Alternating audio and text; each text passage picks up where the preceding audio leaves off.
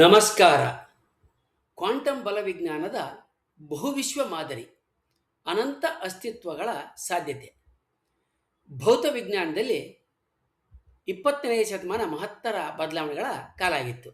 ಈ ಅವಧಿನಲ್ಲಿ ಅಭಿವೃದ್ಧಿಯಾದ quantum ಬಲವಿಜ್ಞಾನ, quantum mechanics, ಪರಮಾಣು ಮತ್ತು ಉಪಪರಮಾಣು ಮಟ್ಟದ ಲೋಕವನ್ನು ವಿವರಿಸೋದ್ರಲ್ಲಿ ಕ್ರಾಂತಿಕಾರಕವಾದಂಥ ದೃಷ್ಟಿಕೋನಗಳನ್ನ ನೀಡಿತು. ಆದರೆ ಈ ಸಿದ್ಧಾಂತ ನಮ್ಮ ಸಾಮಾನ್ಯ ಅನುಭವಗಳಿಗೆ ವಿರುದ್ಧವಾದ ಅನೇಕ ವಿಚಿತ್ರ ಸತ್ಯಗಳನ್ನ ಅನಾವರಣಗೊಳಿಸಿತು.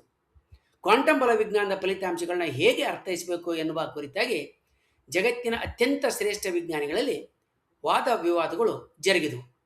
ಅಂತಹ ವಾದ ವಿವಾದಗಳನ್ನು ತಿಳಿಸುವ ವಿಡಿಯೋ ಕೊಂಡಿ ವಿವರಣೆಯಲ್ಲಿದೆ. ಆಸಕ್ತರು ಅದನ್ನು ನೋಡಬಹುದು. ಕ್ವಾಂಟಮ್ ಬಲವಿಜ್ಞಾನದ ವೈಚಿತ್ರ್ಯಗಳಲ್ಲಿ ಅತ್ಯಂತ ಕುತೂಹಲಕಾರಿ ಪರಿಕಲ್ಪನೆ ಅಂತ ಹೇಳಿದ್ರೆ ಬಹುವಿಶ್ವ, ಹಲವು ವಿಶ್ವ ಅಂದರೆ ಮಲ್ಟಿವರ್ಸ್. ಅಂದರೆ ನಮ್ಮ ವಿಶ್ವವೇ ಏಕೈಕವಾದದಲ್ಲ, ಅನೇಕ ಸಮಾಂತರ ವಿಶ್ವಗಳು ಅಸ್ತಿತ್ವದಲ್ಲಿ ಇರಬಹುದೆನ್ನುವ ಒಂದು ಪರಿಕಲ್ಪನೆ. ಕ್ವಾಂಟಮ್ ಬಲವಿಜ್ಞಾನದ ಮೂಲಭೂತ ಲಕ್ಷಣಗಳಲ್ಲಿ ಒಂದಾದ ಅಧಿಸ್ಥಾಪನೆ ಅಂದರೆ ಸೂಪರ್ ಪೊಸಿಷನ್ ಪ್ರಕಾರ ಒಂದು ಕಣ ಒಂದೇ ಸಮಯದಲ್ಲಿ ಅನೇಕ ಸ್ಥಿತಿಗಳಲ್ಲಿ ಇರಬಹುದು.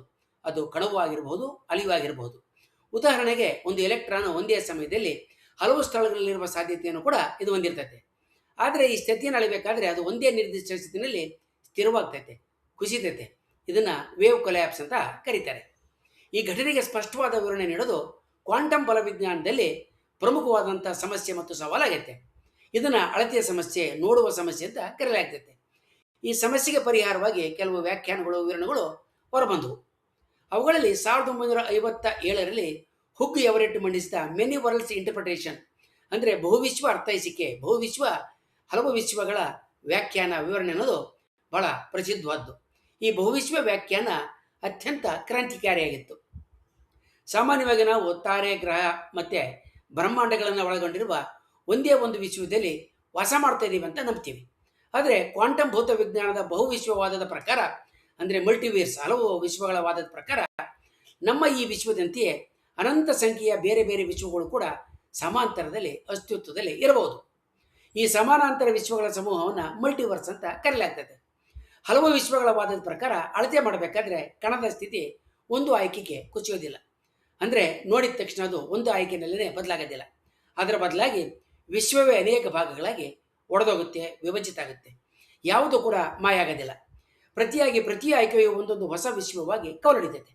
ಪ್ರತಿಯೊಂದು ಸಾಧ್ಯ ಫಲಿತಾಂಶವು ಕೂಡ ಪ್ರತ್ಯೇಕ ವಿಶ್ವದಲ್ಲಿ ಅಸ್ತಿತ್ವದಲ್ಲಿರುತ್ತೆ, ನಿಜ ಆಗಿರುತ್ತೆ.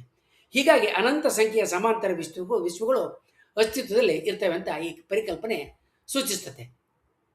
ಈ ವಿಚಾರವನ್ನು ನಾವು ಸುಲಭವಾಗಿ ಅರ್ಥ ಮಾಡಿಕೊಳ್ಳೋದಕ್ಕೆ ಎರ್ವಿನ್ ಶ್ರೌಡಿಂಗರ್ ಅವರ ಪ್ರಸಿದ್ಧವಾದಂಥ ಶ್ರೋಡಿಂಗರ್ನ ಬೆಕ್ಕು ಉದಾಹರಣೆಯನ್ನು ನೋಡಬಹುದು. ಶ್ರೋಡಿಂಗರ್ ಬೆಕ್ಕು ಕುರಿತಾದಂಥ ವಿಡಿಯೋ ಕೊಂಡಿ ವಿವರಣೆಯಲ್ಲಿದೆ. ಆಸಕ್ತರದನ್ನು ನೋಡಬಹುದು. ಸಂಕ್ಷಿಪ್ತವಾಗಿ ಹೇಳೋದಾದರೆ, ಒಂದು ಮುಚ್ಚಿದ ಪೆಟ್ಟಿಗೆಯೊಳಗೆ ಇರುವ ಬೆಕ್ಕು ಕ್ವಾಂಟಮ್ ಸ್ಥಿತಿಯ ಪರಿಣಾಮವಾಗಿ ಒಂದೇ ಸಮಯದಲ್ಲಿ ಬದುಕಿರಬಹುದು, ಇಲ್ಲ ಸತ್ತಿರಬಹುದು.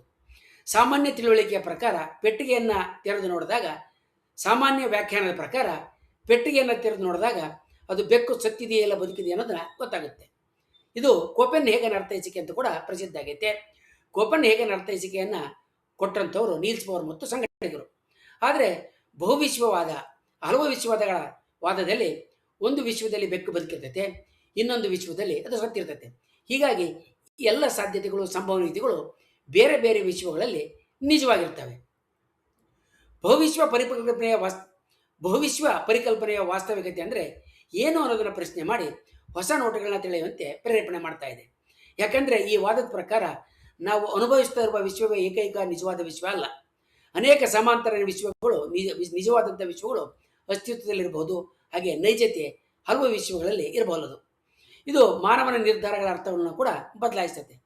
ನಾವು ತೆಗೆದುಕೊಳ್ಳುವ ಪ್ರತಿಯೊಂದು ನಿರ್ಧಾರವು ಬೇರೆ ಬೇರೆ ವಿಶ್ವಗಳಲ್ಲಿ ಬೇರೆ ಬೇರೆ ರೀತಿಯಲ್ಲಿ ನಡೆದಿರಬಹುದು. ಅಂದರೆ ನಾವು ಆಯ್ಕೆ ಮಾಡದ ಮಾರ್ಗಗಳು ಯಾವುದೋ ಇನ್ನೊಂದು ವಿಶ್ವದಲ್ಲಿ ನಿಜವಾಗಿರ್ಬೋದು ಅನ್ನುವ ಸಾಧ್ಯತೆ ಇಲ್ಲಿ ಮೂಡ್ತದೆ.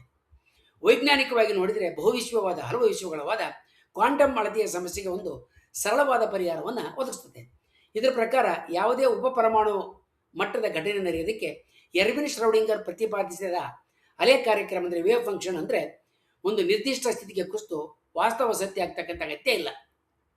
ಅದರ ಬದಲು ಅಲೆ ಕಾರ್ಯಕ್ರಮ ಅಂದರೆ ವೇವ್ ಫಂಕ್ಷನು ಅದರೆಲ್ಲ ಎಲ್ಲ ಸಾಧ್ಯತೆಗಳು, ಸಂಭವನೀಯತೆಗಳು ನಿಜ ಆಗ್ತವೆ. ಇದರಿಂದ ಕ್ವಾಂಟಮ್ ಗಣಿತದ ಸಮೀಕರಣಗಳು ಸಹಜವಾಗಿ ಅರ್ಥ ಆಗ್ತವೆ. ಜೊತೆಗೆ ಈ ಪರಿಕಲ್ಪನೆ ಕ್ವಾಂಟಮ್ ಗಣಕಯಂತ್ರಗಳ ಕಾರ್ಯವಿಧಾನಕ್ಕೂ ಕೂಡ ಹೊಸ ದೃಷ್ಟಿಕೋನವನ್ನು ನೀಡ್ತದೆ. ಕೆಲವೊಂದು ವಿವರಣೆಗಳ ಪ್ರಕಾರ ಗಣಕಗಳು ಗಣನೆಗಳು ಸಮಾಂತರ ವಿಶ್ವಗಳಲ್ಲಿ ನಡೀತವೆ ಅನ್ನೋದ ಕಲ್ಪಿಸಿಕೊಳ್ಳಲಾಗ್ತದೆ. ಈ ಪರಿಕಲ್ಪನೆ ವಿಜ್ಞಾನ ಮತ್ತು ತತ್ವಶಾಸ್ತ್ರದ ಮೇಲೆ ಬಹಳ ಆಳವಾದ ಪರಿಣಾಮಗಳನ್ನ ಬೀರೈತೆ. ಇದರಲ್ಲಿ ಮೊದಲನೇದು ಅನಂತ ಸಾಧ್ಯತೆಗಳು. ಮಲ್ಟಿವರ್ಸ್ ನಿಜವೇ ಆಗಿದ್ದರೆ, ಹಲವು ವಿಶ್ವಗಳ ಸಾಧ್ಯತೆ ನಿಜವೇ ಆಗಿದ್ದರೆ, ನಮ್ಮ ಜೀವನದ ಪ್ರತಿಯೊಂದು ಆಯ್ಕೆಯೂ ಕೂಡ ಬೇರೆ ಕಡೆ ಬೇರೊಂದು ವಿಶ್ವದಲ್ಲಿ ಬೇರೆ ರೀತಿಯಲ್ಲಿ ನಡೀತಾ ಇರ್ತದೆ.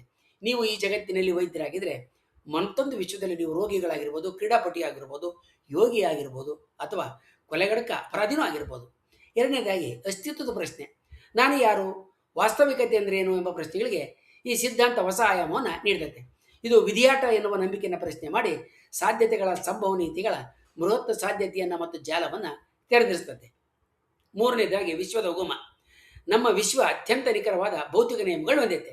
ಇವನ್ನ ಫೈನ್ ಟ್ಯೂನಿಂಗ್ ಅಂತ ಕರೀತಾರೆ. ವಿಶ್ವದ ಫೈನ್ ಟ್ಯೂನಿಂಗ್ ಸಿದ್ಧಾಂತ ಅಂತ ಕರೀತಾರೆ. ಮಲ್ಟಿವರ್ಸ್ ವಾದದ ಮತ್ತು ಸಿದ್ಧಾಂತದ ಪ್ರಕಾರ ಕೋಟ್ಯಂತರ ವಿಶ್ವಗಳಲ್ಲಿ ಒಂದಾದ ನಮ್ಮ ವಿಶ್ವದಲ್ಲಿ ಕಾಕತಾಳೀಯವಾಗಿ ಜೀವಕ್ಕೆ ಪೂರಕವಾದಂಥ ವಾತಾವರಣ ಸೃಷ್ಟಿಯಾಗಿದೆ ಅಂತ ನಾವು ವಿವರಣೆ ಕೊಡ್ಬೋದು. ಬಹುವಿಶ್ವವಾದ ಎಲ್ಲರಿಗೆ ಒಪ್ಪಿಗೆ ಆಗಿಲ್ಲ. ಈ ವಾದದ ಮುಖ್ಯವಾದ ಸಮಸ್ಯೆ ಅಂತ ಹೇಳಿದ್ರೆ, ಇತರ ಸಮಾಂತರ ವಿಶ್ವಗಳನ್ನು ನೇರವಾಗಿ ಗಮನಿಸೋದಕ್ಕೆ ಅಥವಾ ಪರೀಕ್ಷೆ ಮಾಡೋದಕ್ಕೆ ಸಾಧ್ಯ ಇಲ್ಲ. ಹೀಗಾಗಿ ಕೆಲವು ವಿಜ್ಞಾನಿಗಳು ಇದನ್ನು ವೈಜ್ಞಾನಿಕವಾಗಿ ಪರಿಶೀಲನೆ ಮಾಡಲಿಕ್ಕೆ ಆಗದೇ ಇರುವ ಪರಿಕಲ್ಪನೆ ಅಂತ ಟೀಕೆ ಮಾಡಿದ್ದಾರೆ. ಅನಂತ ವಿಶ್ವಗಳ ಕಲ್ಪನೆ ಅತಿಯಾದಂಥ ಊಹೆ ಪರಿಕಲ್ಪನೆ ಅಂತ ಕೆಲವರು ಅಭಿಪ್ರಾಯ ಪಡ್ತಾರೆ. ಇದರ ಜೊತೆಗೆ ಕೊಪೆನ್ಹೇಗನ್ ವ್ಯಾಖ್ಯಾನ ವಿವರಣೆ ಅಂತ ಪರ್ಯಾಯ ವಿವರಣೆಗಳು ಕೂಡ ಇನ್ನು ಹೆಚ್ಚಿನ ವ್ಯಾಪಕ ಮತ್ತು ಅಂಗೀಕಾರವನ್ನು ಹೊಂದಿದ್ದಾವೆ. ತತ್ವಶಾಸ್ತ್ರದ ದೃಷ್ಟಿಯಿಂದ ಬಹುವಿಶ್ವ ಪರಿಕಲ್ಪನೆ ಅಂದರೆ ಹಲವು ವಿಶ್ವಗಳ ಪರಿಕಲ್ಪನೆ ಬಹಳ ಆಳವಾದ ಪರಿಣಾಮಗಳನ್ನ ಉಂಟು ಮಾಡ್ತದೆ. ನಾನು ಯಾರು, ನನ್ನ ನಿರ್ಧಾರಗಳ ಮಹತ್ವ ಏನು ಎಂತಕ್ಕಂಥ ಪ್ರಶ್ನೆಗಳು ಹೊಸ ಅರ್ಥವನ್ನು ಪಡೆದುಕೊಳ್ತವೆ. ನಮ್ಮ ಜೀವನದ ಪ್ರತಿಯೊಂದು ಕ್ಷಣವೂ ಅನೇಕ ಸಂಭವನೀಯತೆ ಸಾಧ್ಯತೆಗಳ ಜೊತೆಗೆ ಸಂಬಂಧಿಸಿಕೊಂಡಿದೆ ಅನ್ನುವ ಭಾವನೆ ಮೂಡ್ತದೆ. ಬಹುವಿಶ್ವ ಅಥವಾ ಹಲವು ವಿಶ್ವಗಳ ಸಿದ್ಧಾಂತ ಕ್ವಾಂಟಮ್ ಬಲವಿಜ್ಞಾನದ ಅತ್ಯಂತ ಆಕರ್ಷಕ ಮತ್ತು ವಿವಾದದ ಭಾಗ ಆಗೈತೆ. ಇದು ವಿಜ್ಞಾನ ಮತ್ತು ತತ್ವಶಾಸ್ತ್ರದ ಗಡಿಗಳನ್ನು ಮೀರಿ ನಮ್ಮ ವಾಸ್ತವಿಕತೆಯ ಬಗ್ಗೆ ಹೊಸ ಚಿಂತನೆಗೆ ದಾರಿ ಮಾಡಿಕೊಡ್ತದೆ. ಇದರ ವೈಜ್ಞಾನಿಕ ದೃಢೀಕರಣ ಇನ್ನು ಸಿಗದೇ ಇದ್ದರೂ ಕೂಡ ಈ ಪರಿಕಲ್ಪನೆ ಮಾನವನ ಬುದ್ಧಿಗೆ ಸವಾಲು ಹಾಕ್ತಕ್ಕಂಥ ಮತ್ತು ವಿಶ್ವದ ಬಗ್ಗೆ ನಮ್ಮ ಅರಿವನ್ನು ವಿಸ್ತರಿಸುವ ಮಹತ್ವದ ಆಲೋಚನೆ ಉಳಿದೈತೆ. ಈ ವಾದ ನೀಡುವ ಒಳನೋಟ ನಮ್ಮ ವಿಶ್ವದ ಬಗೆಗೆ ನಮ್ಮ ದೃಷ್ಟಿಕೋನವನ್ನು ಬದಲಾಯಿಸುತ್ತೆ. ಒಂದು ವೇಳೆ ಇದು ನಿಜವೇ ಆಗಿದ್ದರೆ, ನಾವು ಕಾಣ್ತಾ ಇರುವ ಈ ವಿಶ್ವ ಅನಂತ ಸಾಗರದಲ್ಲಿ ಒಂದು ಸಮಾಂತರವಾದ ಸಣ್ಣ ಹನಿ ಮಾತ್ರ. ಮುಂದಿನ ವಿಡಿಯೋದಲ್ಲಿ ಕ್ವಾಂಟಮ್ ಬಲವಿಜ್ಞಾನದಲ್ಲಿರುವ ಇಂತಹ ಇತರ ಸೋಜಿಗದ ತತ್ವಶಾಸ್ತ್ರದ ದೃಷ್ಟಿನಲ್ಲಿ ಅತ್ಯಂತ ಗೋಜಲು ಮತ್ತು ಸಿಕ್ಕಿನ ಇತರ ಸಂಗತಿಗಳ ಬಗ್ಗೆ ತಿಳಿಯೋಣ. ವಂದನೆಗಳೊಂದಿಗೆ.